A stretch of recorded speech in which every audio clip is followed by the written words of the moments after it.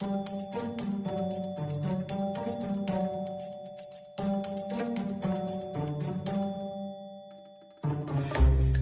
a mystery episode. It is. Welcome to Friday. Welcome to Crime by the Bar. Oh, that too. I'm Jonatan. I'm Anna. And we're here with more crimes and more drinks. Yeah. For me, it's going to be a bad one this week. Really? Yeah, it's yours. I was already... Well, okay. So earlier this week, I was so sure that I would be worse. I would be not worst. Mm-hmm.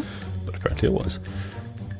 But I had a similar feeling towards this one. But if you think you're gruesome, like mine is not that bad. No, it mine's is pretty bad. sad. Mine is very sad, but it's not as bad. Mine's Grimalim. Yours is what? Grimalim. Grimalim. Grimalim. Fair enough. Then I do believe that you should go first. Shall I just launch in? Yeah, I don't know. Like it's been. Do we need a story fluffer in here? Yeah, maybe. I don't know. It hasn't been the most eventful week. It's been very busy for me, but nothing earth-shattering, I suppose. I can do a segue into my story. Oh.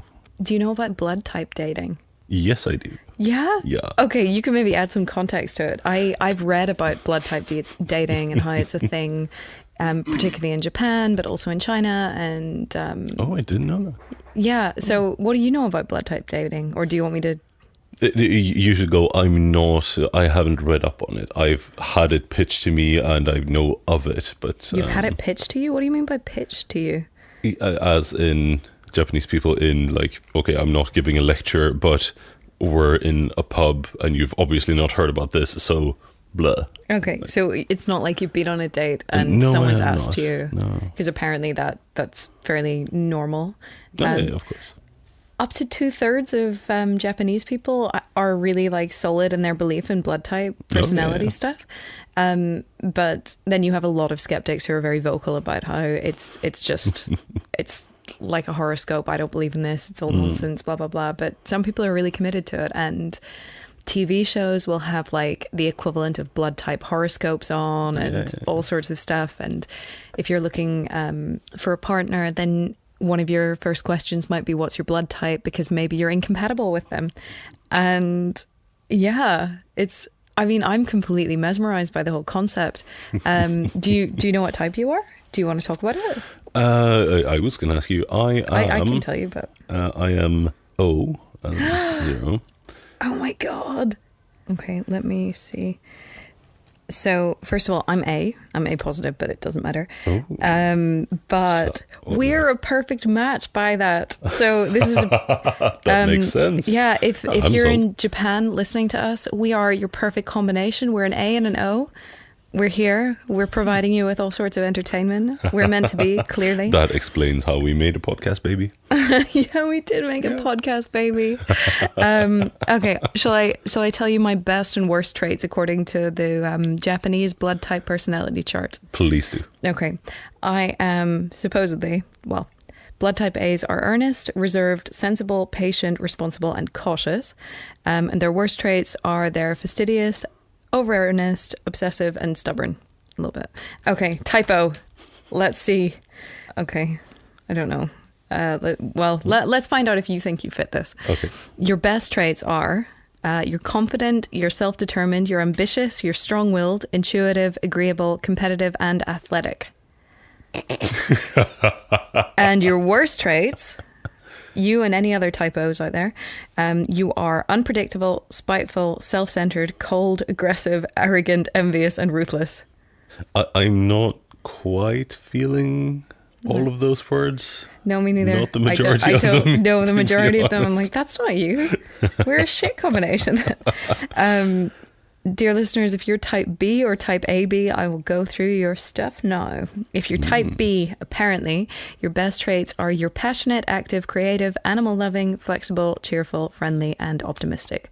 Not sure if it's like good with change or yogis, but flexible.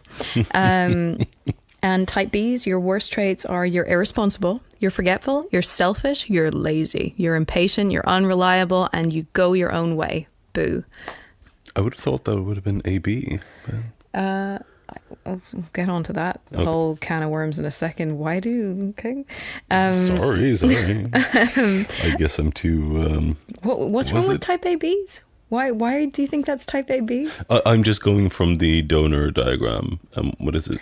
AB can accept from everyone but only give to themselves. Yeah, selfish. Or just screwed. Yeah. Well, no, the opposite. Because you're like super lucky, yeah. They can receive from anyone, which is kind of amazing. Yeah. What is the type that, is it O that can give to anyone? Give to anyone and only get from themselves, yeah. Oh, it's you. Yeah. You're screwed. Yep. Oh, I feel terrible. And you get all these horrible worst traits about being aggressive and arrogant. It's probably because you can't get blood from anyone. Yeah. Tough life. And you're anemic because you need to give to everyone else. So. Oh. Yeah. In Sweden, you have the 1 pint in, 1 pint out policy on blood, though, don't you? Is that Sweden? I don't think I've heard this. It's a Nordic country. I can't remember which one. Sorry, I've lumped you all into the same category. That's really not nice. Hey, I do like the Nordic label. That's good. Yeah. Oh, whenever people go, blah, blah, blah, Scandinavia, I'm like, well, Finland isn't in Scandinavia, so maybe you should check yourself. Thank you for representing. As I go, by the way, one of you Nordics, you do this thing. Still, that's better. I need to look it up, but yeah, there's a policy in... I believe a specific Nordic country that is 1 in, 1 out in terms of pints of blood. So if you go for a medical procedure and you use up 8 pints of blood, then you have to pay that debt of 8 pints of blood. And it doesn't matter if it comes from you directly or if it comes from family members, but your debt needs to be paid. And as a result, a lot of people will go in early and donate blood just in case they ever need it. And it's one of the few countries where you don't have this massive deficit. Huh. But I just think it's such a cool concept. It is cool. I'm pretty sure it's not Sweden. I've never been able to give blood, even though I wanted to. But the Swedish one has been, I think, a bit more chill than that. But just like always giving a nice thing. Like back in the day, you used to get like a cash thing. Like, oh, you come in, give some blood. You get, of course, the coffee and cookie thing. Coffee and cookies. Banging, yeah. And then for a long while there was a cash thing. Sometimes there was also, okay, you could either get this cool t-shirt or a bit of cash. But I do remember because I had a friend who had like, no, if you're a student and you're down at the end of the month, you can go in, donate some blood and basically get enough for 2 beers on one of the central pubs. No, it was a club. So you can get in, you can listen to some music, you have a cookie, you lose enough blood that 2 beers will fuck you up, and then you have an evening. Oh my god, that's amazing. So he did that regularly. You know what, there's absolutely no harm in that. I don't think you should be getting money for giving blood, like on principle, but fine, cool, awesome.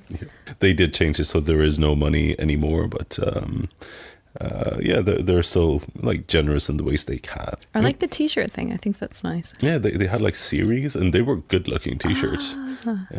A whole collection. And I always wanted one. Well, I wanted to give blood because I think it's good to give blood. Yeah, I've never been able to give it either. Anyway, so type ABs, we're moving on to you. Oh, we haven't even heard them. Yeah. All right. Type ABs. If you have a type AB, if you have type AB blood, then according to the Japanese blood type personality chart, your best traits are you're creative, you're calm, you're rational, you're sociable, you're intelligent, and you're adaptable. So you're basically a Ravenclaw. And your worst traits are you're critical, you're indecisive, you're unforgiving, and you're aloof. Yeah, Ravenclaw. Also kind of the best wording on everything, so I'm suspecting whoever devised this was an AB.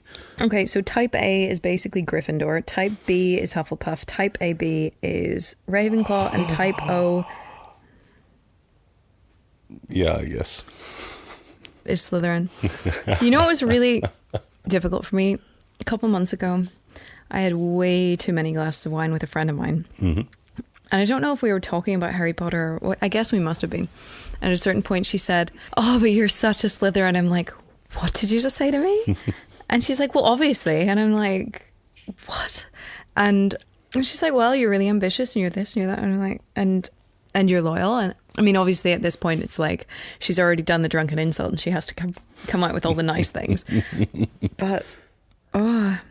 But yeah, there's our blood types that we've also put into. And I almost forgot that we're talking about Japan. So, pray tell, might there have been something going on in Japan? There might have been something going on in Japan. This was a very long segue, but at least we got some chatter. Oh yeah, good chatter. And then you'd be like, why did you even talk about this? I don't know, because I've known about blood type dating for many years and I have no one to talk to about it. So we are talking about the Miyazawa family.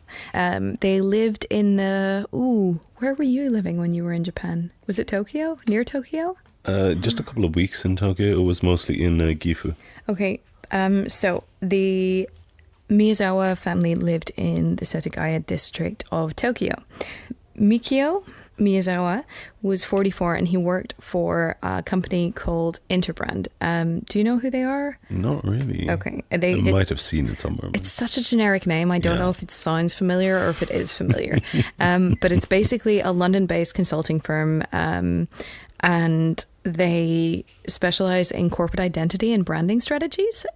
They are the ones that branded the term Wi-Fi, and they have a whole... Really? Yeah. Oh. So they are a big deal, and they have offices worldwide. And they have a whole bunch of high-profile clients, including Microsoft and Nissan and Xerox and all sorts. But yeah, so that is who Mikio worked for. And yeah, they also provide the house that Mikio and his family are living in. His family consists of his wife, Yasuko, and who's a teacher, and their two kids, a daughter called Nina and a son called Ray. Nina's 8 and Ray is 6. Do you want to see a picture of the house? Oh, sure. This is the front of the house. I mean, it's kind of rural and it looks super European, I think. It looks really European and very, very, like I said, like rural. They have grounds. Yeah, except the back of it is like... Oh, okay. There's like a fence and there's stuff. So the front of it looks a bit more rural. The back of it's like, yeah. And the back of it makes it look super big, but actually it's a semi-detached house. And so it splits about halfway. Huh. And they have family members who live in the house next door. So at the time there is the maternal grandmother, because I know that you like to know which they are. Thank you. I appreciate it. And the sister and her husband. So they all live next door. So yeah, it's a semi-detached house, and as with typical semi-detached houses, they're self-contained. It's not like there's some walkway that means you can go between the houses indoors. Basically, this all kicks off back in 2000 in December. At this point, the neighborhood they were living in was pretty much abandoned. Originally, it was a fairly big development. They first moved there in 1990, so 10 years earlier, and there were 200 different households there. By this point, there were only 4 households left. That includes them and their in-laws next door. Well, in-laws, relatives, whatever. Yeah. Huh. And then there's another 2 households a little bit further down the street. Part of the reason for that was there was a skate park off the back of the house, and they were looking at expanding. So they'd paid off a whole bunch of the neighbours to essentially move out because they were going to expand it. And you can imagine there's kind of noise and people hanging around and everything else. It's not so much fun. The Miyazawa's house was, right beside the skate park. The Miyazawa family were kind of fed up with the whole skate park situation because there were a lot of people hanging around, a lot of noise, and you can imagine the sort of people who hang around at a skate park. They're teenagers and they're probably going to be playing music and talking shit and yelling at each other and whatever else, and it's not really what you want behind your house. But yeah, it is what it is. I'm going to take you through the end of December for the Miyazawa family. So, 25th of December, Yasuko had mentioned to her father-in-law that someone's car was repeatedly parked in front of their house. A couple of days later, there was apparently a man seen wandering around the house. He was probably in his 40s. And on the 29th of December, there was a guy who was spotted near a train station. I mean, normally no one would care, but later on it it was reported to police because they were asking if anyone had seen anything suspicious in the area. Yeah. And this witness said they clearly remembered this guy hanging out around the station on the 29th because he was dressed really inappropriately for the weather. He was wearing kind of like, those baseball t-shirts with the raglan sleeves you see? So you have a white body and then coloured sleeves and then the coloured, not really collar, but yeah. So yeah, there was a guy wearing jeans and white trainers, wearing one of these baseball style shirts with purple sleeves, and like it's the end of December, it's cold and whatever. And he had like a really small backpack with him. So woman actually made a full blown note of it and was able to report it to police a little while later. Okay. And the following day, there was another guy that seemed to be suspicious that was at a different station. This time, instead of being young, he was described as being, young, 35 to 40 years old. And he was just hurrying along and the whole thing seemed a bit suspicious. But yeah, we don't know too much about it. So we are talking about the 30th of December as a whole now. The Miyazawa family was just having a normal day. It's, of course, the lead up to the new year, which is a pretty big deal in Japan. Like, it's not like what we experience with, hey, let's get drunk and make noise and go a bit crazy. It's pretty significant. It's I don't know. You can probably describe it better than me. The way I read it is it's a significant time of the year that people are quite reverent about. Yeah? Is that fair? So the family are just having a fairly standard day in the lead up to it. They go shopping around 6 o'clock. They're near the train station we talked about earlier, the first one of the two. Oh, yeah. And at 6:30 in the evening, their car wasn't in their driveway yet. By 7 o'clock that evening, Yasuko had called her mother, the one who lives next door, to, have a bit of a catch up, see what's going on. And their daughter, Nina, had even spent some time with her grandmother, and they'd also used the computer to watch a TV show that they've recorded. So that went on until about 20 to 10 at night. Okay. Like about an hour later, an email comes in to the family computer and it needs a password to open. So they open it and, it's not significant, but we just put it this way. We know they're there. We know they opened the email. No one else has the password. Okay. There was a report by an eyewitness who was in the area that they heard some arguing around 10 o'clock at night. So like maybe half an hour before this email came in, like enough that they noted it and remembered 10 o'clock people arguing in that house over there. And you saw the path, like it goes right behind the house. Okay. But, it's not really significant. So, this is where bad shit starts to happen. The mother-in-law, or the mother, depending on who we're talking about. Okay, the grandmother of the kids next door. Yeah. She hears a loud noise at around 11:30, and it could be, something being thrown, something being dropped, not too sure. Doesn't really think anything of it and doesn't go to check it out for, until at least the next day, because she's not even going to check it out the next day. She just happens to go around the next day. Yeah. So all we really know is 11:30, there's a loud bang. It's a 4-story house. You seem to be able to hear a lot through the adjoining wall because it's semi-detached.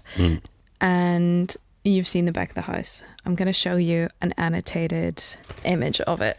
Do you see this? So on the second floor, there's a bathroom window that's on the back of the house. And there's a pretty high fence that goes above the first story. There's also a whole bunch of trees. We don't know whether the window was left open or whether someone forced it open, but someone seems to have climbed up the fence through the trees and in through the second floor bathroom window. They find footprints by the trees. They find footprints in the shower cubicle that they climbed into. And so this person makes their way into the house. There's a whole bunch of little broken tree branches beneath where they climbed in. Here is a floor plan. They 3D printed the house. Hey, wait, actually... Yeah, 3D printed the house. They actually 3D printed the house, I think, to a 1/24th scale. So this window, somewhere around where I'm pointing. Wait, you mean they made a 3D model of it? Yeah. Oh, okay. When you say 3D printed house, I thought they actually had a printer and printed the actual 1-to-1 scale house. No, when sorry. they built it. So. I'm sorry. No. So there's a shower cubicle somewhere around where I'm pointing. I can't see where I'm pointing. Yeah. The person came in through that window into the bathroom and then takes a right, goes into this room that we see a bunk bed in, and kills the son. Oh. Yes. So whoever this was, they had brought a sashimi knife with them, and they seem to make a beeline for 6-year-old Ray's bedroom. They go straight in, they kill the little boy, and things are a little bit unclear from here. So typically the account that's given is at this point the dad heard something going on upstairs. So Mikio, the father, comes up the stairs, sees the intruder. There's a struggle, probably around 11:30 at night.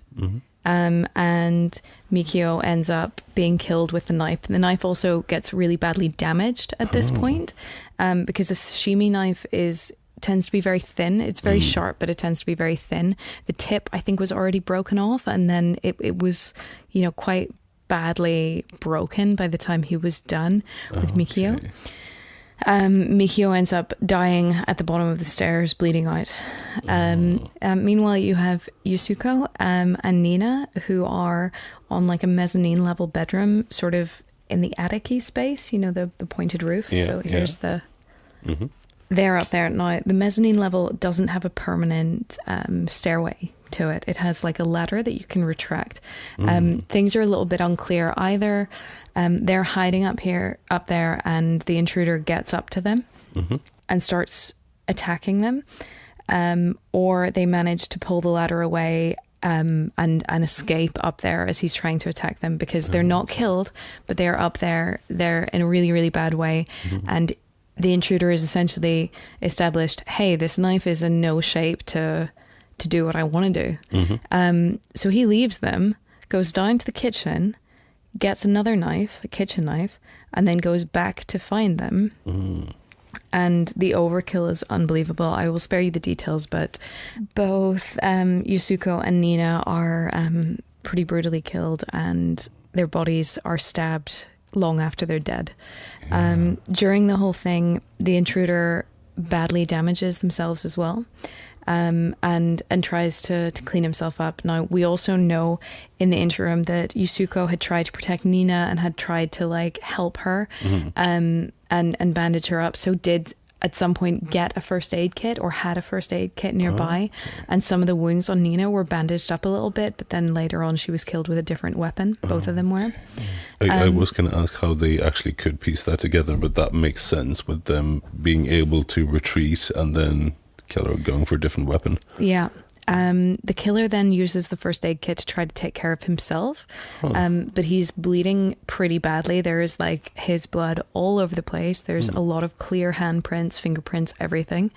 We know he has whorl fingerprints. We know the whorl fingerprints on his thumbs have 2 little lines in each one. Described as looking like a pig's nose. Okay. It's super clear. It took me a second, but I do get what you mean. Also, he's blood type A. Hey. And yeah, he leaves a mess, and he's bleeding so badly, he actually gets sanitary products out to try to absorb some of the blood, and that's not even enough. And he's completely covered. But he doesn't leave. Instead of leaving, he decides, I want a snack, because it's almost midnight, and why not, apparently. You lost a lot of blood. You need to take care of yourself. Yeah, but I mean, really, a snack? Yeah, I agree. He ends up going through the fridge and the cupboards and even the freezer. He has some barley tea, he has some melon, and starts going through a bunch of ice cream cups in the freezer, to the extent that he ended up half eating one, and there's apparently a bite print in it that they still have. But before that, because I assume he was stuffed full of the other ice cream cups, he wanders around the house eating the ice cream, leaving a couple of wrappers in the kitchen bin. Then he also goes into Mikio's study, where he leaves another couple of wrappers, and Then he starts going through all the personal documents in Mikio's study, and also logs onto the computer and checks out the guy's bookmark links. Okay. And Mikio has bookmarked like a theatre website. So yeah, the intruder goes on to the theatre website and starts trying to reserve tickets and fails. So that was between midnight and 1 a.m. And it didn't, reserving the tickets didn't work, so fine, he gave up. And the next morning he goes back on for another 5 minutes-ish to do almost the same thing. He also visits the website. The next morning? Yeah, he's still there. He is still there. He has a nap. He eats some ice cream. He has some more tea. There's beer in the fridge, which he decides not to crack into, which, I mean, all things considered, it's a pretty good idea considering, like, it'll thin the blood and make things worse. But I mean, to be honest, I don't think it could get that much worse. I mean, it's pretty bad. Like, they say don't drink alcohol before getting a tattoo done because you don't want to bleed anymore, like, than you're going to. Like, Yeah, so next morning tries to reserve some tickets again, doesn't work. So goes on to the company website for Mikio, and also goes onto the website for Yasuko's school because she's a teacher, remember? And I mean, he's probably spent half the night going through their personal documents because all sorts of stuff has been spread out in the living room. Like, he seems to have sorted documents in chronological order. He's like got a bunch of ATM cards and stuff sitting out. Maybe he was thinking about, like, maybe I can find the PIN numbers, whatever else. This is all very creepy. Yeah, isn't it? Yeah. It's super creepy. Like, just leave, weirdo. And you have all these people dead. Yep. Just like they're oozing by now. Yeah, well, the son is in his bed. The dad is at the bottom of the stairs. And the wife and daughter are at the kind of mezzanine level on the top floor. Like, it's just... Yeah. And their relatives are next door. In this weird abandoned town. There's only 4 families there, and one family is on the other side of the wall. It's weird. So he checks out all of, you know, the basically the employers of the parents he's just killed. There's also quite a lot of cash within the study, but it ends up not being taken. About the equivalent of $1,000 in yen, of course, was taken from the house. But there was a lot more cash around, so it doesn't seem to have been motivated by robbery. In the end, the power cord to the computer was cut. Like, it seems to have been full on. Yeah, I don't know. Did you think that would cover the digital tracks or something? Or? I don't know, but there's also reports that electricity was cut within the house as well, and we know the phone line was cut, but we don't know when.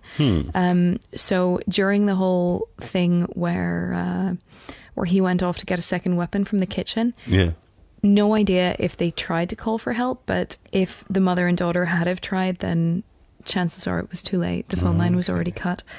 Again, he's still bleeding. He's leaving evidence everywhere. There's fingerprints all over the place, all over the keyboard, on the mouse, everything. In the living room, they had the bank cards. They also had bank books. They had driver's licenses, all sorts of personal documents. Basically anything you'd need to steal someone's identity is laid out in the living room. And he has done some sorting. He's also decided to start, I say he, but no, I think we're sure it's a dude from the DNA. He cut up a whole bunch of stuff. So like mixed bits of post, like there doesn't seem to be any consistency to what he actually decided to cut into pieces with scissors. And yes. Sorry, I just remembered this is a fucking mystery. Yes. How can this be a mystery with this much? Oh, okay. We'll get there. I just had a realization. Like, there is so much evidence. Yeah. So, okay. The second floor, the bathroom that he came in through, where he came in through the shower, he starts dumping some of this stuff in the bathtub. So, like, cut up bits of paper and some of the documents, the sanitary products he'd used to, like, try to stifle the bleeding, some of the first aid stuff. Okay. Even receipts from like family expenses, stuff from the mom's school, like all sort. And it's utterly bizarre because it's not like he's dumped a whole bunch of stuff in there that he's destroying. Like there's a whole there's mixed things that he's left all over the place. It's just weird. It does sound weird. Yeah, so he dumps a whole bunch of stuff back in that bathroom. So presumably he steps over the dead body of Mikio to get back up there. Yeah. Puts a whole bunch of stuff in that bathtub. Goes to the loo. Leaves something solid. Doesn't flush. Once Doesn't again. even flush. Doesn't flush. Oh. And I have issues with this, not just because it's gross, but later on he does something else that makes me go, what is wrong with you? What is actually wrong with you? You don't flush, but you do this. Murder, apart from that whole thing. Yeah, some person's job was to analyze the feces. Of course it was bagged, and I guess a botanist had to deal with samples of it. And they established that the culprit had eaten French beans, like string beans, green beans, fine green beans, whatever you want to call them. You know what I'm talking about? Thing? Yes, exactly. Yeah, okay. He'd eaten those with sesame seeds. And apparently that's a really common thing to eat in Japan. It's like pretty standard home-cooked meal. It seemed, fairly insignificant.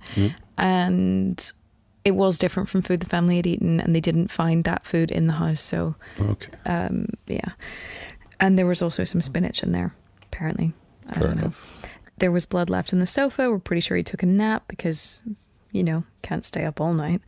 And there has been a suggestion that maybe the guy left the house and came back later on, but it seems a bit... No one reported seeing anyone coming or leaving the house. I mean, okay, fine. Maybe they missed it, but it's who knows? Why would you bother? But yeah, he seems to have a nap. Okay. Picture the scene. You've just killed 4 people. You're in their house. Other family members are next door. You've just had a nap. Everything's a bit of a mess. You've cut up a whole bunch of random stuff, left it in the bathtub. You've taken some money, but not all the money because, I don't know, apparently you draw the line somewhere. What do? I know, I'm going to take some clothes off, tidily fold them up, and leave them there. Clothes from the killer that the killer brought into the house? Yep, he's covered in blood. Okay. Yep. So, he leaves the following things behind. At least one glove, and we know the brand. They're like black winter gloves by a brand called Edwin. He leaves behind a black AirTech jacket. It's like a thin shoelate jacket thing. He has a large multicolored square scarf. I think it was like half a meter square, something like that. It's like a pretty big scarf. He had a grey kind of bucket hat, described as a crusher hat, if you know what that is. Now picture basically any fan of pop punk in the early 2000s, because as soon as I started reading this, that's what I started picturing, and then I saw the pictures of the stuff. That is exactly it, down to a T. Okay. So grey bucket hat, large square scarf, like massive square scarf, lightweight black jacket, black gloves, white and purple baseball style t-shirt with raglan sleeves. Okay. Weirdly, a handkerchief, like as in to blow your nose in, and a dark green hip bag, which is kind of like somewhere between a bum bag or a fanny pack and a messenger bag. So it sort of sits around the same area as a fanny pack would sit, but it's a bit bigger and not quite as dated, maybe. Okay. And in the hip bag, you find grip tape. The kind you use for skateboards. Yeah. Oh, really? Oh. Trace elements of Drakkar Noir by Guy Laroche. It's like a fragrance. Main profile is cinnamon and oak moss, by the way. It's like... cinnamon and... Sorry, lavender and oak moss. I don't know why I said cinnamon. It's like a fresh green fragrance. It's one of those things, I think, if you'd smell, you'd recognize the smell as being of that era, and it was super popular back then. You can still get it now, but yeah. So grip tape, that fragrance, which was also found in the handkerchief, and sand. They managed to trace the sand, but we will get to that later. Okay. He didn't leave his shoes behind, but we do know the kind of shoes that he was wearing. They were Slazenger. Slazenger. You don't know Slazenger? It's a British brand, so I guess that's why I know it. Yeah, it has like it's pretty much just a white pair of trainers with a couple of stripes on it. They're fairly standard. The only odd thing with those was they were Korean sized. So the footprints, you could tell that they were definitely Korean sized shoe, not Japanese, which is a little bit like, okay, random. But yeah, fine, whatever. I mean, if the footprint has the size and the size is... I think they determined it because there's a 0.5 centimetre difference between the Japanese sizing and the... but there was some reasoning behind it. Some weird things about the clothes. They'd been washed in hard water, which is actually pretty much not possible in Japan. They have a soft water system, and there's a whole background in it. I did look into it. I'm not going into the detail, but... the clothes are washed in hard water. Doesn't make any sense for a Japanese person. It does, however, make sense for a Korean person because they have hard water in Korea, north and south. Yeah, they did for the white and purple baseball kind of t-shirt. They managed to track down where it was sold. I think there were only 4 stores in all of Tokyo that sold this exact t-shirt, and actually only 100 or so units had ever been sold in it.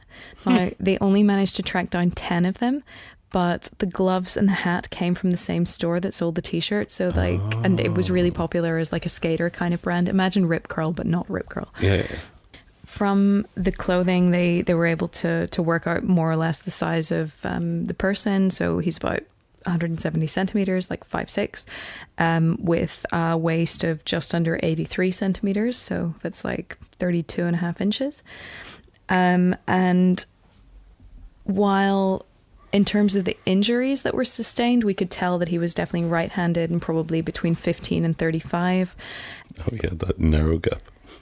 I know, but it's also like if you see someone in that age bracket, like you can have a baby face and be 35. Oh yeah. I cannot tell the age of people I don't know. I just can't. But and they're going it's fun hearing it in writing, I guess. They're trying to go for it as well by this guy isn't. I mean, he's in good shape. He's he's pretty fit. He climbed a fence, climbed a tree, got in through a window, and he ran around the house being a proper asshole. But the consensus from police was he's more likely to be in his 30s or in his 20s. I guess just because how many times do you have a 15-year-old doing shit like this? Even though the ice cream would make more sense. Yeah. That would make more sense with a younger person. And the lack of, I don't know, general regard for leaving evidence behind. And part of me is really feeling like this is a frame job, though. It's super weird. Okay, we will get to that theory because I like that theory. I find it weird that he used the toilet, didn't flush, but folded all the clothes up he left behind. How weird is that? Really weird. Like, if you're going to like be disrespectful and like, I mean, if you're not going to flush, then why would you bother folding your clothes up? I find that such a strange detail. One other note on the clothes, a lot of them could have been purchased in and around one of the nearby stations because there was one of these shops was near one of the train stations, so again it could have been something that was just purchased randomly. Finally, the murder weapon, the sashimi knife, they were able to determine the brand, but not only that, the actual specific store where it was purchased. Really? Yeah, they couldn't track down who purchased it, but they had it nailed down to the store, again, near the same station where you could have purchased all the clothes and everything else. And yeah, so maybe there wasn't much planning involved. Maybe it was, I'm going to purchase it. Well, there must have been some planning, but not meticulous planning. You could have done it on the way there. Yeah. So yeah, they worked that out. Next, so dude has left a whole bunch of stuff, including all of the blood evidence. DNA. Now, and of course the fingerprints. They ran the fingerprints and got nothing. So no one with a previous criminal record in Japan. They also ran the fingerprints internationally and couldn't find anything in terms of databases.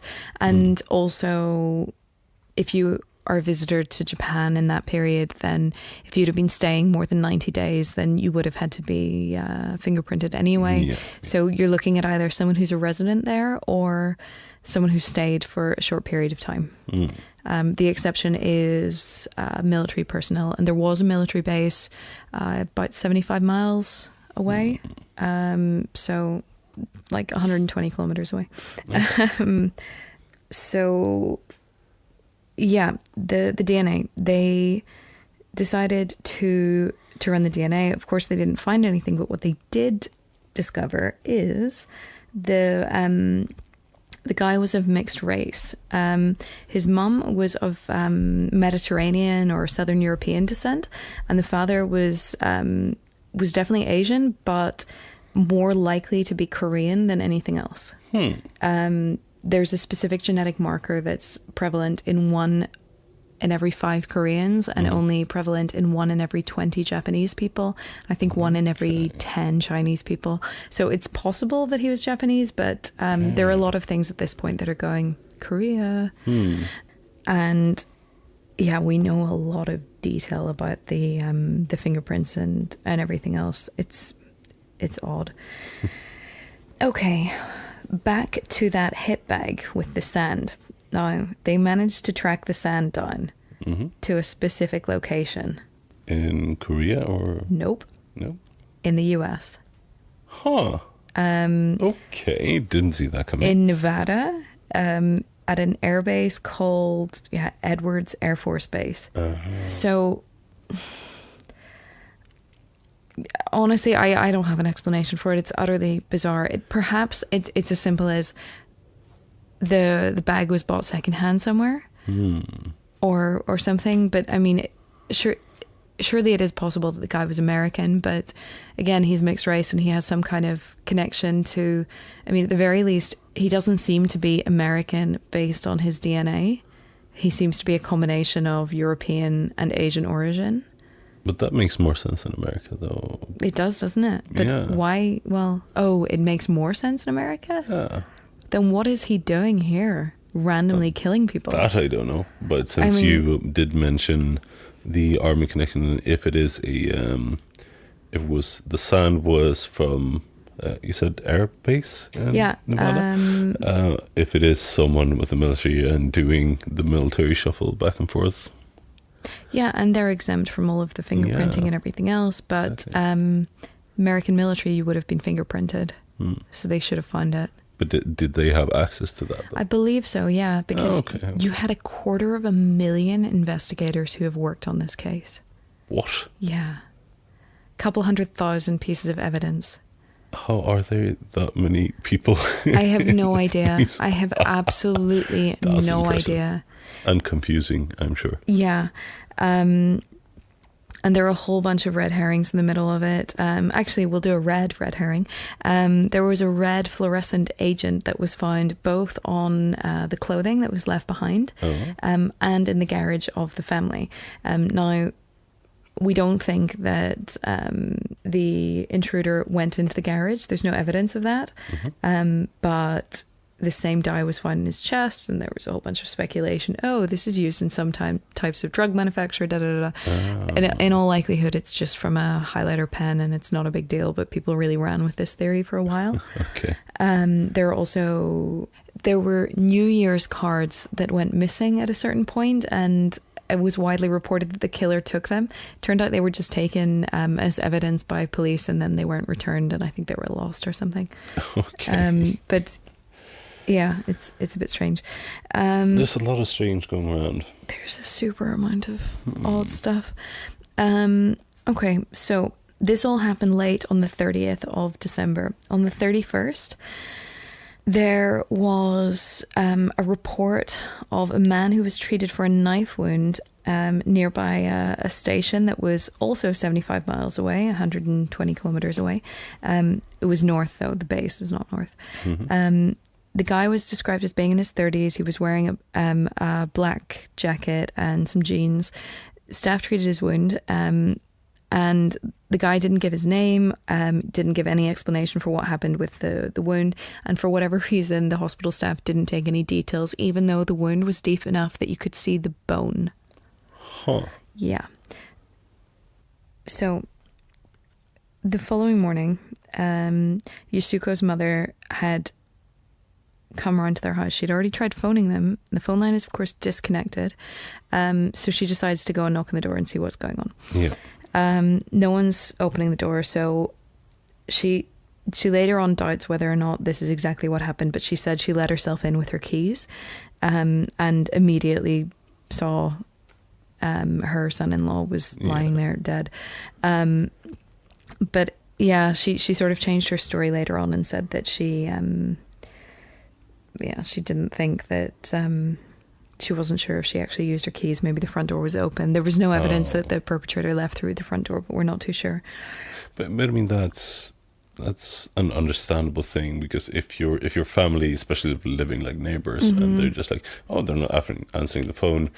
If you're used to either just unlocking on your own, or if like, oh, they were home, I guess it's unlocked, you probably wouldn't store that too deeply. Yeah, I mean, she alerted the police, of course, basically right away. She also told police that she'd heard that loud bang at 11:30 the night before, and then the police were trying to work out if it was maybe Mikio falling down the stairs at that point, or maybe it was the temporary ladder that went up to the mezzanine level on the top floor that was either falling or something else. But the whole thing was a little bit strange. And you still have that weird report at 10 o'clock of the witness hearing the argument in the household that doesn't really make much sense. But the assumption was at this point someone came in, slaughtered the family and left. They hadn't realised that someone had been there all night at that point, because they didn't have the information about the killer being on the computer the next morning. So the report of the guy getting treated for that knife wound that's cut down to the bone, it was 10 months before they had the information on the computer. So by the time they realised that there might have been any connection, it was like almost a year later. So it wasn't like the medical staff could even remember what the guy looked like anymore. Of course not, no. But that's more or less it. There are a few other weird things. There was a taxi driver that was in the area around the time of the murder, and apparently he had picked up 3 middle-aged men in that area, and one of them, they'd gotten a lift to the train station. None of them really talked, and one of them had left bloodstains on the seat in the back of the car. But again, that sort of didn't seem to lead anywhere. I don't know if they tested the bloodstains, can't find any details on it, not sure if it's a red herring. And the knife thing they know was purchased on the 29th, so a full day before everything happened, but it still could have been short notice. And yeah, that's more or less it. I mean, we know that there would have been Americans stationed in that place, the base nearby. It's possible some of them could have been over there with their families, but again, I don't know, you'd think you'd spot someone who was involved. And one would hope. Yeah. The obvious signs are, hey, it's a pissed off skater. And I mean, the guy was dressed like a skater. He was pretty physically fit. He climbed in through the window. He slaughtered the whole family. But leaving the stuff behind, it seems kind of convenient. But then if he's stupid enough to leave all his DNA, then maybe he's stupid enough to go, right, I don't want anyone in the street looking at me in a bloody white baseball shirt and think it's suspicious, so I'll just take it off and nick a jacket and walk down the street, because he did seem to take a piece of clothing with him. No, I was kind of assuming that, but it's still so stupid. Like I said before, like every time I see any kind of orgy of evidence, it's just like, no. What is wrong with you? Yeah. Don't you watch CSI? And that's why I think, frame job. But at the same time, if they couldn't catch the person, that's not a very good frame job. Yeah.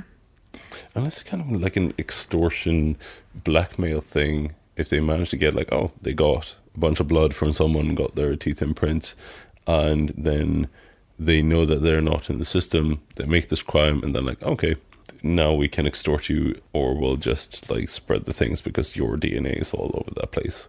I don't know. Including carrying the blood and the poop and everything. But if it was about money, then wouldn't you at least take the rest of the money from the house? Even if you're not going to take the credit cards and stuff? Because, okay, credit cards you can trace, but there was cash in the house that wasn't taken. Yeah, that's a bit weird. I have no idea, sorry. The skater thing is way too convenient, but I mean, maybe it is the most obvious solution. Also, the handkerchief thing. Who uses a handkerchief? Like, not that many people. Yeah. It's such an older generation thing. And the handkerchief was ironed. Huh. Like, all of his stuff was ironed. I think what you said, there was some European. Were they more specific in the DNA? Possibly Iberian. Okay. So the last person I saw use an actual handkerchief was an Italian. That's probably like 6 years younger than I am. I mean, it's quite difficult to pinpoint European DNA and where you come. I mean, they said Mediterranean, possibly Iberian, Southern European, da da da da. So it could cover Italy, maybe Sicily or something. It's strange. It's really strange. There's also a lot of speculation online that the only person who irons handkerchiefs would be someone's mum, so he must live with his mum. And and the home cooked meal thing, like the green beans and sesame seeds, is kind of typical home cooking. There's also a lot of people who are Korean origin who live in Japan, so it could just be as simple as it's still a Japanese person, just of Korean origin, whose, you know, mother happened to be of European descent. Don't know how big the split is there. I don't know. It's weird. And I just... It is so weird with all the evidence and the whole, like, taking a nap and staying over. Because if it is some, I know, angsty skater, teenager or whatever that wants to get rid of the family, like, actually pulling through with it and then, screw it, I'll have some ice cream and a nap. It's just... It's really strange. Yeah. I mean... You would freak out in either direction. Either freak out on, like, shit, I need to get the fuck out of here, or freak out in, shit, I've killed all these people. But it was super chilled. We know Mikio was arguing with a skateboard a couple of days before. There were reports of him constantly having run-ins with them, to the extent that they were going to move house in March because they were sick of all this crap with the skateboarders. Okay. And there was another witness that reported seeing some kind of bike gang. The father was seen arguing with them again a couple of days before. Huh. I can't help but think this whole skater thing is way too convenient. Blame the people who listen to Blink-182. Like, yeah, kind of. But also the fact that sorry if you said earlier, I must have missed in that case, but that they were moving because the only argument the skaters would have had with them would have been resolved if they moved. Yeah, I mean, they were moving in 3 months, but would you really tell those little, bucket hat wearing shitheads that we're moving in 3 months because we're fed up with you? I don't know. That's my story. Yeah, it's just up in the air, and... Sorry about that. We are doing Friday Mysteries. It is the time for mysteries, but I really don't want to think that they can't get any further beyond a possible DNA profile with all this evidence. How can you leave behind, like, that much blood, fingerprints, everything, clothing, teeth impression, perfect, and they even pulled sweat from the inside of the of course they did. Teeth impression. They have everything you could possibly need. If you had someone found guilty for it, you'd think it was a frame job. Yeah, I definitely would. Yeah, which would be fun. But yeah, wow. No, it's definitely a good mystery, and that is mysterious, but wow. Any other, there at some point there was also a suggestion maybe it was someone who didn't like Mikio because, he was working on something sensitive or it was to do with his job. But no, like his coworkers, his coworkers said he wasn't working on anything particularly exciting. So that's it, the end. Whoa. I mean, that was only 20 years ago almost. 18 It was years. a And good find while nothing. ago and no info. They're still investigating. Maybe we'll find out. It was interesting, to say the least, and a lot of twists and turns. Do you feel like hearing another mystery? I would love to hear another mystery. A bit more recent one. Tell me a bit more. Wow, mine was recent. Tell me your story. Yeah, so mine is a bit newer. I'm talking around 2013. That is really new. But for connection back to yours, it is kind of Iberian, I guess. Oh, really? Well, not really. The people are Iberian, but Okay. no, it does. The majority of this takes place in France. Okay. But I'm going to tell you about the Benitez family. That sounds Iberian. It does, because, well, we have the father, Francisco, and the mother, Marie-Josée. And finally, they also had a daughter named Alison. That's Which not is- very Spanish. Not as much Spanish, no.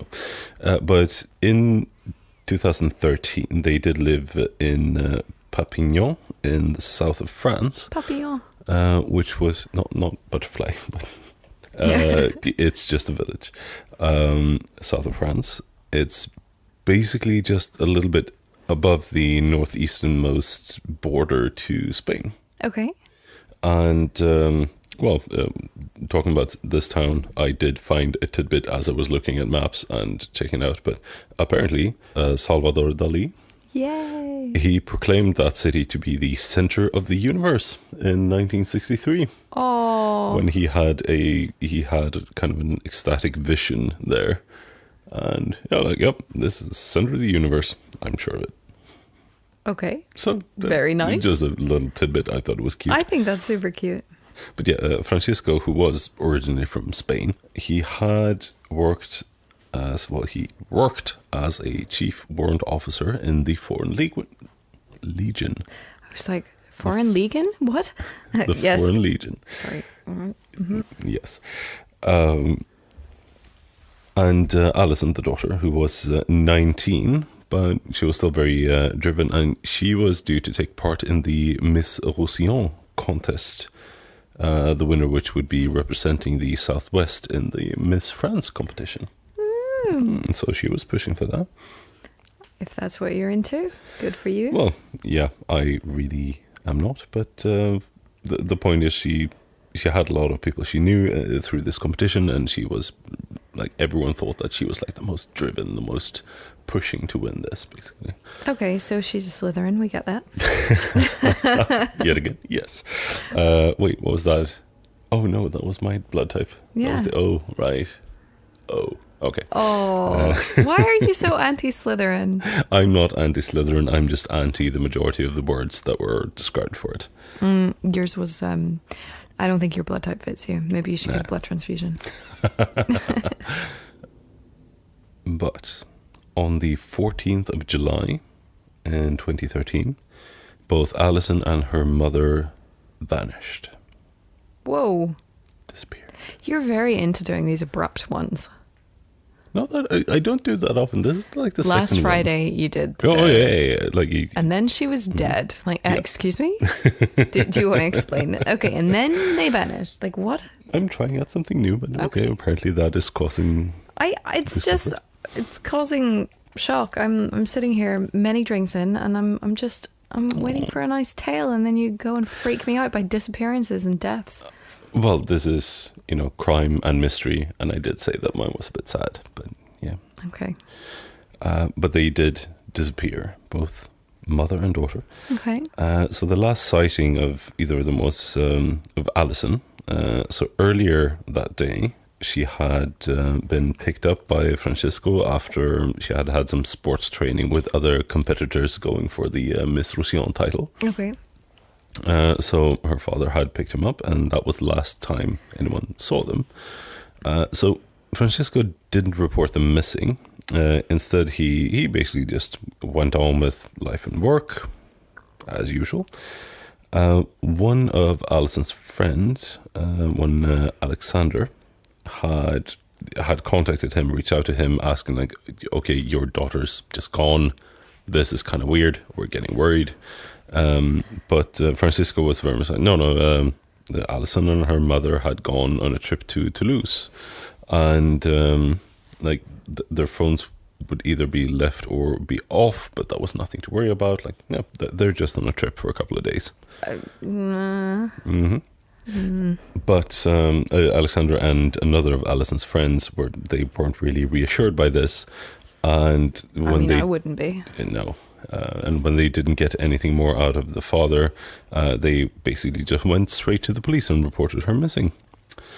So the police came to the father, of course, Francisco, and he said the same thing to them, but he did add that he and his wife had been having a bit of a rough patch. They had some troubles. The relationship was a bit shaky, but it shouldn't be a cause for alarm, because his wife, Marie-Josée, had previously left on similar trips. Like they had a fight, she goes out of town, and just like cooling off or clearing the mind and stuff like that. So he wasn't alerted. He did say that he didn't quite understand why Alison had gone with her this time, especially with the competition going into such a critical stage. Yeah. But he was, as reported, he was confused but not worried. So the husband didn't provide much more information in general to the police, but they opened a proper missing persons investigation. But in the same way that he of course he didn't report them missing and he didn't push anything there, he also didn't inform his wife's family about any of this, and they basically found out once it came out in the media. That seems really shitty. It is really shitty. But at the same time, if you genuinely thought it was all fine, then maybe you wouldn't bother freaking them out, because if every time you have a fight and she disappears off for a couple of days, and every time she comes back and it's all fine, then maybe you don't tell the in-laws. On the one hand, yes, but on the other hand, when the police has opened a proper investigation and it's gone to the point where, okay, it's now going out in the media. I mean, did he know it was going to be released? You assume so. I would have assumed, it might not have been an interview with him, but if I'm assuming that he would definitely be informed by the police. Yeah, you're right. By them saying no, okay, this is a missing person thing. We're going to check this out. We need to find them. Yeah. At that point, you should probably tell your in-laws. Yeah, fair enough. Yeah. Can you imagine the shock of that? Ooh. Yeah, there was his brother-in-law was not very happy with this and called him up, but what do you do? What do you do? They spoke about it and might have been a bit defensive, but nothing more there. When it comes to the actual investigation into this, so the police found that there had been no calls either to or from either of the women's phones after they disappeared, and no activity on their bank accounts or credit cards or anything after the 14th. And it was a bit back and forth between the sources I checked. So one source said that, one front said that neither the mother nor the daughter had a driver's license, which for the mother would be more weird. The other side, which I think is probably correct, but it was not as often repeated, was that they had left their car there. But regardless, the point is that it did not look like they were driving anywhere. Yeah. And the police checked the CCTV cameras for all the local Perpignan railways and the station there, and there was not a single sighting of anyone barely matching their description, basically. So this case became bigger. After a couple of weeks, police was, of course, suspecting more foul play, possibly not missing person but murder, but they were worried here. And it blew up in the media, kind of. It was posted a lot around, and it was pretty clear that Francisco was the prime and basically only suspect. And Francisco was, in turn, he was constantly hounded by either his wife's relatives, media, police, everything. But beyond the general speculation and convenience of all the facts, there were no hard evidence basically tying to it. Yeah. But on the 5th of August, so this was almost a month, barely, a little bit under a month after they disappeared, Francisco was found in the barracks of the Perpignan Foreign Legion, and he had hanged himself. Whoa. Yep. So before he died by suicide, he had been in touch with a journalist for, I think it was the Paris Match, I don't know, that first... M-A-C-H-E with an acute on it? No, match as in a match. So he had been in contact with the journalist for the Paris Match. And he had sent them a video that was published basically in conjunction with his death by suicide, which was like, it was not of the actual thing, but it was like he was sitting down with like tears running down his face, talking about how all the suspicions had driven him over the edge and he was like ready to explode, and talking about like how much he loved his wife and especially his daughter, and like the undying love for her and how he could never have hurt her, and just like tears in his face and just completely breaking down over this, and then, hanged himself. On the one hand, a story like this makes me want to roll my eyes and go, yeah, come on. But it makes a way better story for a journalist to write about this guy who definitely did it. So if they're writing a story about how he's falsely accused and struggling with it and blah, blah, blah, then it's maybe more likely to be true than just going for blatant sensationalism. Yeah, I don't know. Like, to be fair, when it is a high-profile case and they get this, they get an exclusive video statement in that kind of context. Of course. So he sent them a video that he recorded of himself crying and saying all these things. And then by the time it was published, then they found him dead. This whole thing is so weird. I'm not sure if it gets weirder, but we get more. Okay. So, after his death, a lot more details about Francisco came to the surface. So, it turns out that he had previously been interviewed by the police concerning the disappearance of another woman. Because when this all came up in the media and they started pushing the story, and they had, of course, photos of the entire family and all that. Yeah. The brother of a Simón de Oliveira Alves. So the brother of Simón had reached out to authorities because he had seen the news coverage and recognized Francisco. Uh-oh. And so Simón had vanished mysteriously at the age of 28 in 2004. She lived in Nîmes in France. And that's where Van Gogh went. Oh, yeah. Isn't it? Yeah, true. A lot of painters out of nowhere. That's good.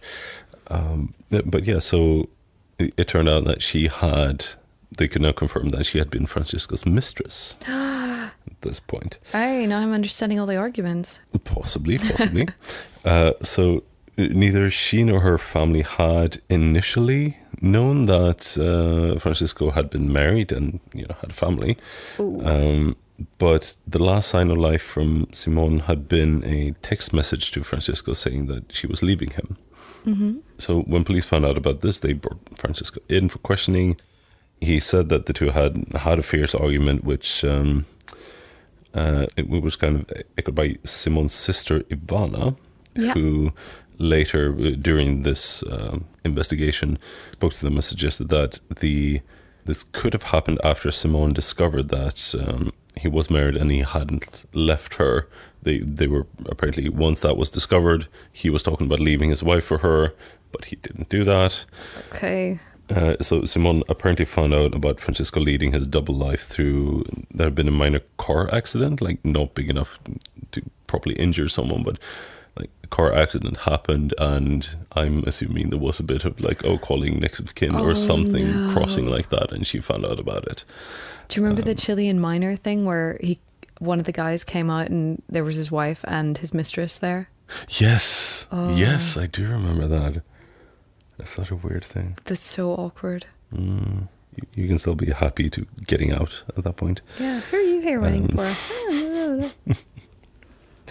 But and there was also basically thoughts that Simón had been pregnant. The sister claimed that Simón had been pregnant at the time she disappeared, which is also not a good combo. It's not looking good at all. Even so this had happened during the investigation. They had questioned him about this, but didn't quite get anywhere before he died by suicide. But a bit later, after his death, another witness came forward, which was a friend of Francisco's who had worked with him in the Foreign Legion, and he had been called in to help him transport a rather large fridge, I think, from his home to the barracks as under the guise of like, no, this is just cumbersome to have at home. I'll just donate this so we can have it in the barracks, and that's fine. Yeah. But this was like 2 or 3 days after his wife and daughter had disappeared, basically. Super sus. So after his death, police had investigating the Foreign Legion premises and offices and stuff as well. Yeah. They found traces of both DNA and or fingerprints from both the mother and daughter, but particularly in and around a washing machine that had been used by Francisco.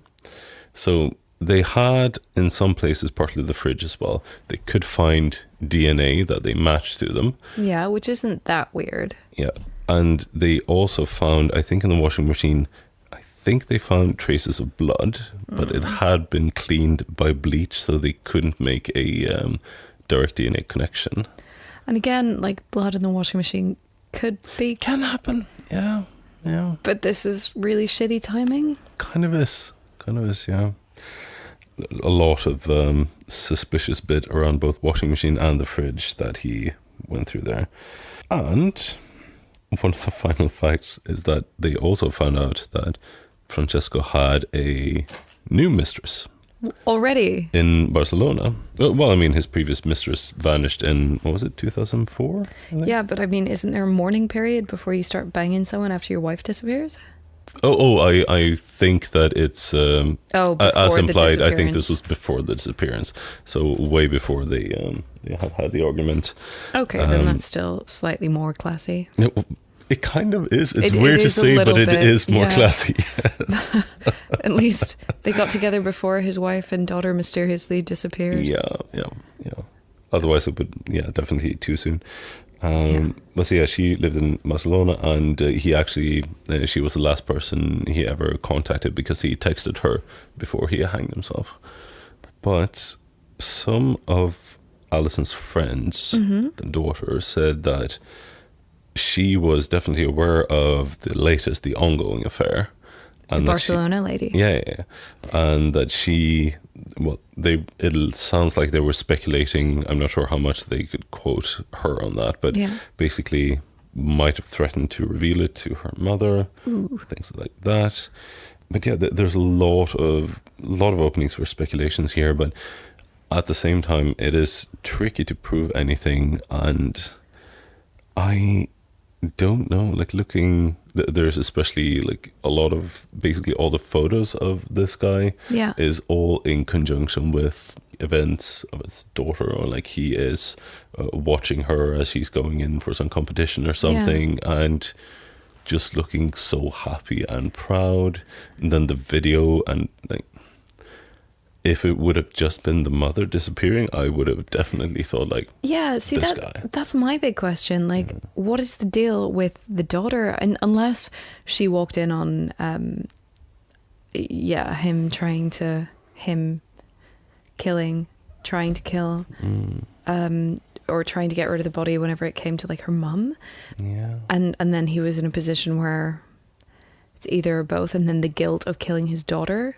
I mean, is there any suspicion on the death by suicide? Is there any possibility that anyone else was involved? It doesn't look like anyone is suspecting anything, and especially with the video, so he doesn't explicitly state it, but in the context of finding him dead in that way, no one really doubted it, and it looks pretty clear from looking at the quotes from the video. So what's your theory then? You don't think he did it? I mean, I think the video is super sus. Like, you send a tearful video to a newspaper. I mean, it's one thing if the newspaper had done a proper interview with him and gone, hey, he's not responsible and da-da-da-da. That makes an odd but interesting story. But just having a video mail to them, it's like, no, he's trying to make sure he doesn't go down as being guilty for this. I'm not saying he is guilty, but because I agree with you, if it was just the wife, then it would seem less suspicious, but it is weird. And bodies never found. No, and still not. Yeah, the daughter. Why was Alison there? There's no suspicion that anyone related to the first mistress could have been related to this as a revenge thing, or even the second mistress. Not that I've read, but I do like that thinking. Like, especially the first mistress, say that something happened. Yeah, and he did something she to vanished, her. and the brother or yeah. them had basically stalked him, and then found that only he has this cute little life here. Yeah. And hey, you take away our sister, we take away. You take our family, we take yours. Yeah, that would be a good revenge plot, is what I'm saying. Yeah. But I don't know. No, I mean, most things just point towards him doing this, but the circumstances doesn't feel right to me. I don't know. The freezer and the washing machine are super weird, but I mean, it is totally possible to have blood, and it's also possible to have bleach. Like, I'm sure I have bleach on my washing machine, and if there's blood on the washing machine, I mean, I'd be surprised, but it's not like, of all things, it's not that weird. No. But yeah, and the freezer, of course, there's going to be like DNA and stuff around the freezer or the fridge. But maybe it was that, hey, these things are massive and I don't have a family anymore. Although that's also a quick conclusion, right? Yeah. So the freezer thing, I would not see that, because that was like a couple of days. And this was before they were officially reported missing. As he was so super creepy. Kind of. What happened with the freezer? But why would the freezer be involved? Yeah. That's. What time of year was this? Time of year. So the disappearance was July, and so middle of summer, super warm. Maybe he used it for keeping things cold. It's probably the right time of year for that. But blood found in the washing machine, not the freezer. That's weird. So I'm pretty sure that the actual blood bits was mostly in the washing machine. Yes, they found some traces of DNA around the freezer, but I'm pretty sure that wasn't straight up blood. But I don't know, like, part of me, regardless of which way you spin with this, it is a sad story. Like, when I first started reading through, I thought, like, no, okay, there is still a possibility that the mother and Alison went off, not necessarily to lose, but went to a different country or start a new life. Like, okay, fuck that asshole, we're gonna make our own thing. And that's some seriously good revenge. Oh yeah, and just like, no, we're cutting all ties, we're starting a new life, this will be brilliant. And then him just being stuck with all the suspicions and all that stuff, basically. But would you come back afterwards? Probably not, then people will blame you, right? Yeah, I guess. It's a good mystery, though. I thought so. It is, like, there is evidence and circumstances, but I do think it's slightly mysterious. Yeah. Send us your theories. Please do. I'm curious. Or any info you have on the Foreign Legion. I did get to read up a bit, mostly on recruiting. I do remember there was a time that I generally considered, like, maybe I should just say fuck it to everything and just go for the Foreign Legion. Could be fun. Apparently there's a mastication test. A what? I read through the requirements. A mastication test. And you have to chew everything 80 times before you swallow, otherwise it doesn't count, or what? I don't know. They have a very long list of stuff that, like, no, you need to be in like decent shape. You can't have any of these sicknesses.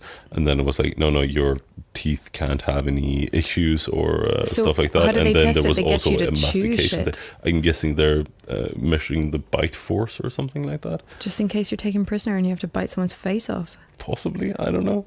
Why would they do that? That was something that stood out. They didn't motivate it. They just listed it as a requirement.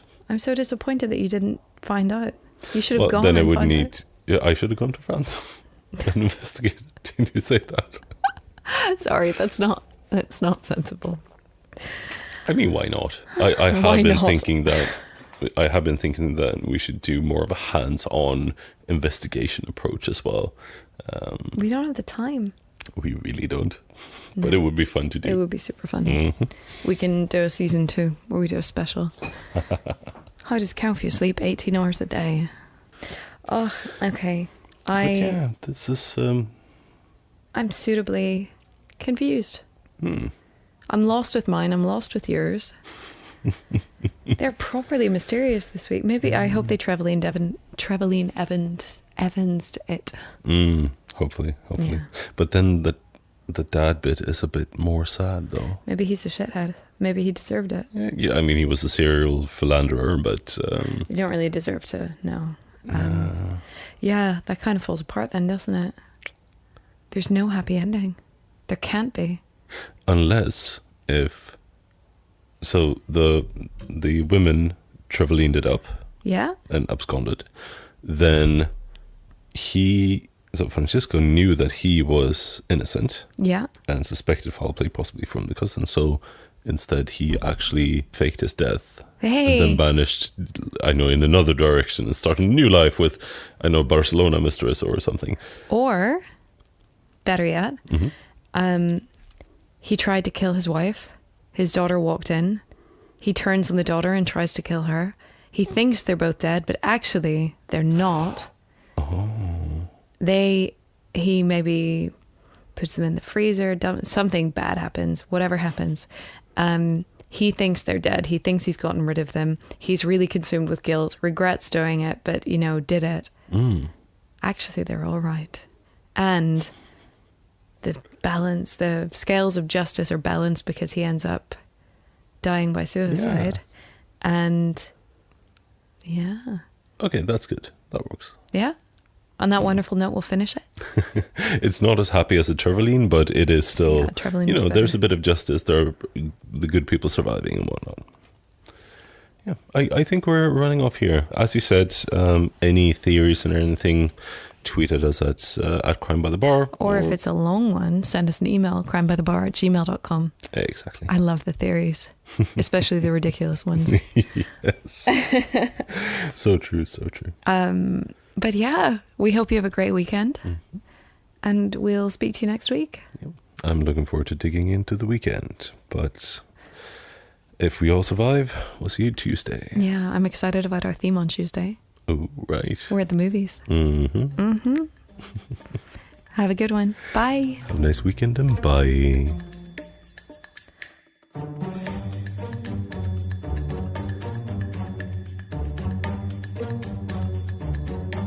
I don't really know what she was doing in Gryffindor either, but Gryffindor is... I mean, she was brave and badass.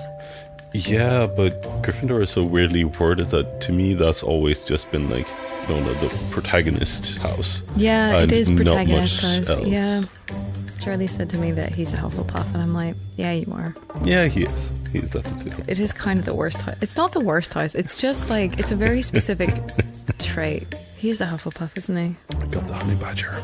Oh, he is a wee honey badger. He's a sedated honey badger. He's like not vicious enough. Hufflepuffs aren't fucking vicious.